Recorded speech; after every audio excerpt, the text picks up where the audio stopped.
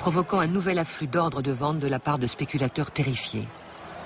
Lorsque des hurlements d'angoisse retentissent à la corbeille de Wall Street, la galerie des visiteurs est évacuée. En moins de 2 heures, près de 10 milliards de dollars d'actions s'évanouissent en fumée.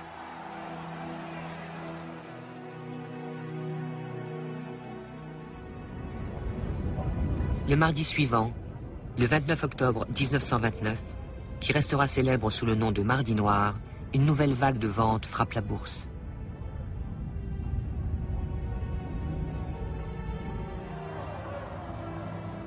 Au fil des heures, le marché continue sa descente aux enfers, les cours ne cessant de s'effondrer sous des torrents d'ordres de vente d'actionnaires paniqués.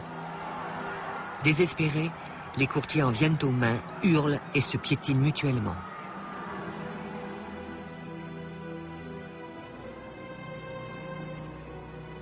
Lors de cette journée qui restera la pire de toute l'histoire de la bourse de New York, le marché aura perdu 14 milliards de dollars en titres, portant les pertes de la semaine à plus de 30 milliards de dollars, soit 10 fois plus que le budget annuel du gouvernement fédéral et bien plus que ce que les États-Unis ont dépensé durant toute la Première Guerre mondiale. Dans les médias, les plus touchés sont les milliers de petits investisseurs qui, croyant que tout le monde pouvait devenir riche, avaient acheté des titres sur marge, empruntant parfois jusqu'à 90% de leur valeur. En quelques heures, parfois même en quelques minutes, ils ont tout perdu. Les économies d'une vie, leur maison et leurs rêves.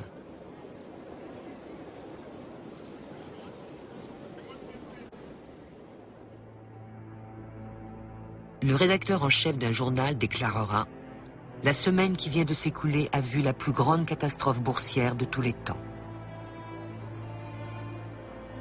Il faudra 15 ans à l'économie américaine pour s'en relever. Le krach de 29 a eu un gros impact sur la mémoire collective américaine, même s'il ne reste aujourd'hui quasiment plus personne qui était adulte à ce moment-là. Mais c'est ce qui a suivi, à savoir la Grande Dépression, qui a marqué à jamais l'inconscient américain. On se souvient du krach comme du début de la Grande Dépression, alors que les deux n'ont pas grand-chose à voir. C'est pour ça que le krach boursier est devenu un événement phare. C'est la ligne de fracture qui sépare la prospérité des années folles et la terrible dépression des années 30.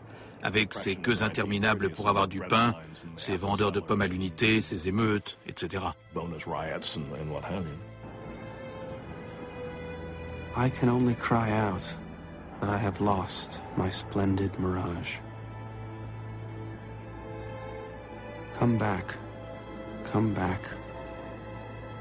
oh glittering and white. F. Scott Fitzgerald.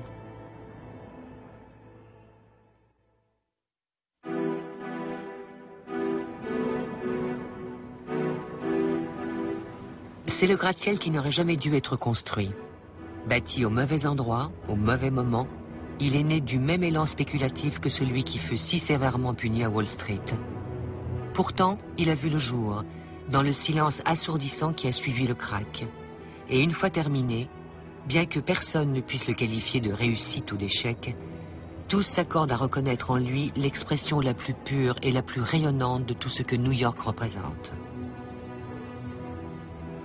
Le financier de Wall Street, John Jacob Rascob, brûlait de construire un gratte-ciel qui supplanterait tous les autres. Durant le printemps et l'été 1929, il a effectué tous ses préparatifs dans le plus grand secret. Au mois de mai, il choisit un site audacieux au sud du quartier des affaires, au coin de la 34e rue et de la 5e avenue, où se trouve encore le vieil hôtel Waldorf Astoria. Avant la fin de l'année, le financement est trouvé. Les travaux seront effectués par l'entreprise Starrett Brothers à Heineken et dirigés par l'architecte William Lamb, à qui Rascob a posé une question d'une désarmante simplicité. « Bill, jusqu'où peux-tu le faire monter sans qu'il ne tombe ?» Le projet est annoncé en grande pompe par l'ancien gouverneur et enfant chéri de New York, Hall Smith. C'est lui que Rascob a nommé comme président et porte-parole de ce qui s'appelle désormais officiellement l'Empire State Building. En octobre 1929, alors que la bourse entame son inexorable chute, les travaux de construction de l'Empire State Building commencent avec la démolition du Waldorf Astoria. Un mois plus tard, alors que la crise économique s'aggrave, Hall Smith organise une nouvelle conférence de presse. Loin de revoir ses plans à la baisse, Raskob a décidé d'ajouter une flèche de 61 mètres au sommet de son gratte-ciel de 85 étages. Cette flèche de la hauteur d'un bâtiment de 17 étages va porter la taille de l'édifice à 381 mètres, soit 62 mètres de plus que le Chrysler Building, qui scintille 10 rues plus au nord.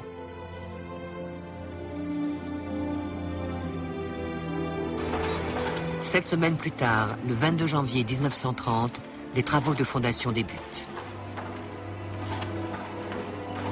L'Empire State Building n'est pas seulement un formidable symbole, il a également le mérite d'être sorti de terre après le krach boursier.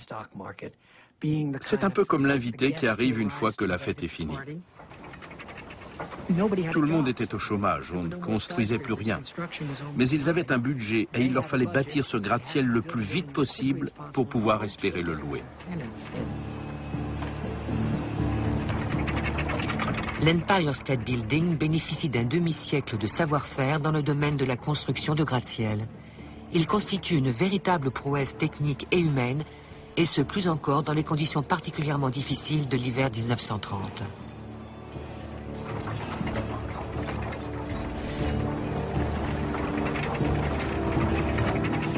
Au plus fort de la construction, en août 1930, 3439 ouvriers sont employés sur le chantier où 50 000 poutres et colonnes métalliques sont assemblées, tel un gigantesque puzzle en 3 dimensions.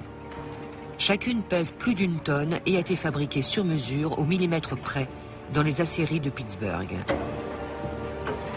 Elles sont ensuite acheminées en train jusque dans le New Jersey, puis franchissent l'Hudson en barge avant d'arriver en camion sur le chantier de Manhattan, au coin de la 34e rue et de la 5e avenue. 18 heures après avoir quitté les usines de Pennsylvanie, elles sont mises en place par 9 énormes grues et assemblées par les ouvriers. Certaines de ces poutres étaient encore tièdes. L'acier arrivait sur place 15, 18 ou 20 heures après avoir été fabriqué. Et il était encore chaud au toucher. C'était du jamais vu. À une époque où les chaînes de montage ont été perfectionnées pour produire voitures et biens de consommation, les Starrett Brothers ont mis au point la première chaîne de production de gratte-ciel. Les travaux avancent si rapidement que les habitants ont du mal à en croire leurs yeux. L'édifice semble jaillir dans les airs, les ouvriers ajoutant 4 à 5 étages par semaine, quand ce n'est pas 1 par jour. Le record absolu sera de 22 étages bâtis en 22 jours consécutifs. En raison de la crise, il y avait un nombre quasi illimité d'hommes qui cherchaient du travail et redoutaient d'être licenciés car ils savaient qu'il y avait 10 types dans la rue prêts à prendre leur place. Donc les cadences individuelles de travail se sont accélérées, notamment pour les maçons et pour tous les ouvriers payés à la pièce.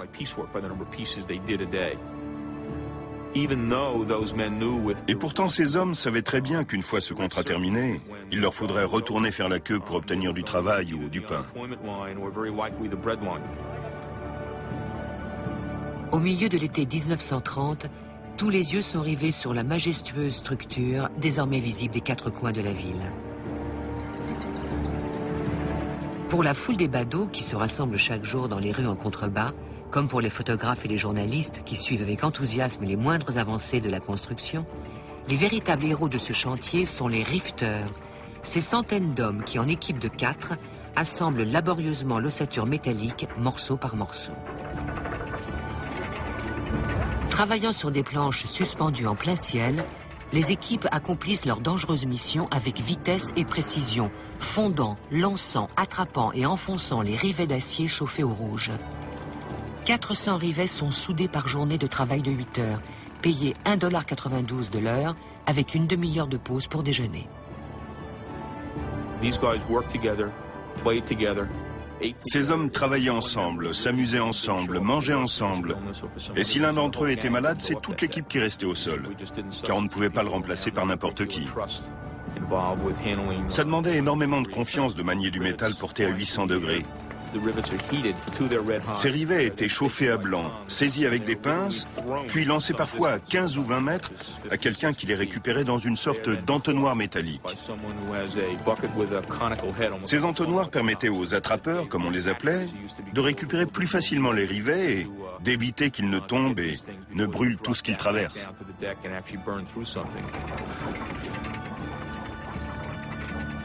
A splattering of fiery particles cascades down from the torches that the steelworkers use for cutting 10-ton girders in half and for lighting their cigarettes. There is a good deal of strolling on the thin edge of nothingness. The New York Times.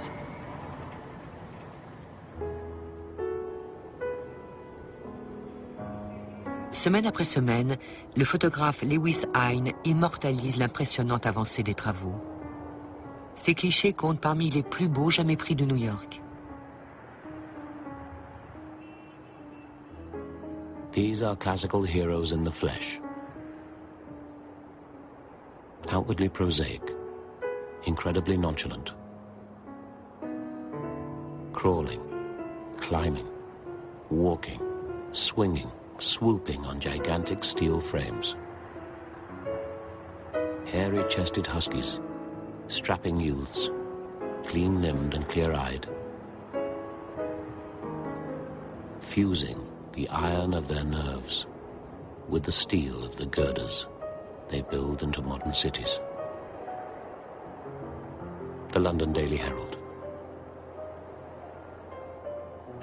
En tout et pour tout, du début des fondations aux dernières finitions intérieures du hall en marbre, il n'aura fallu que 13 mois aux valeureux ingénieurs et ouvriers pour édifier le bâtiment le plus haut du monde. Indéniablement, l'un des plus grands exploits de l'histoire de la construction moderne.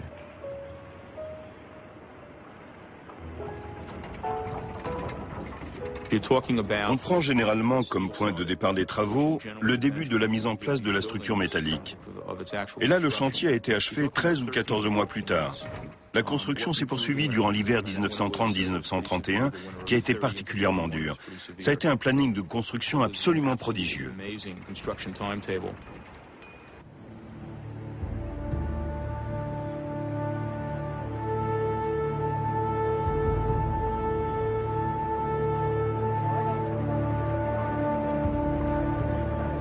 L'inauguration a lieu le 1er mai 1931 par une belle journée.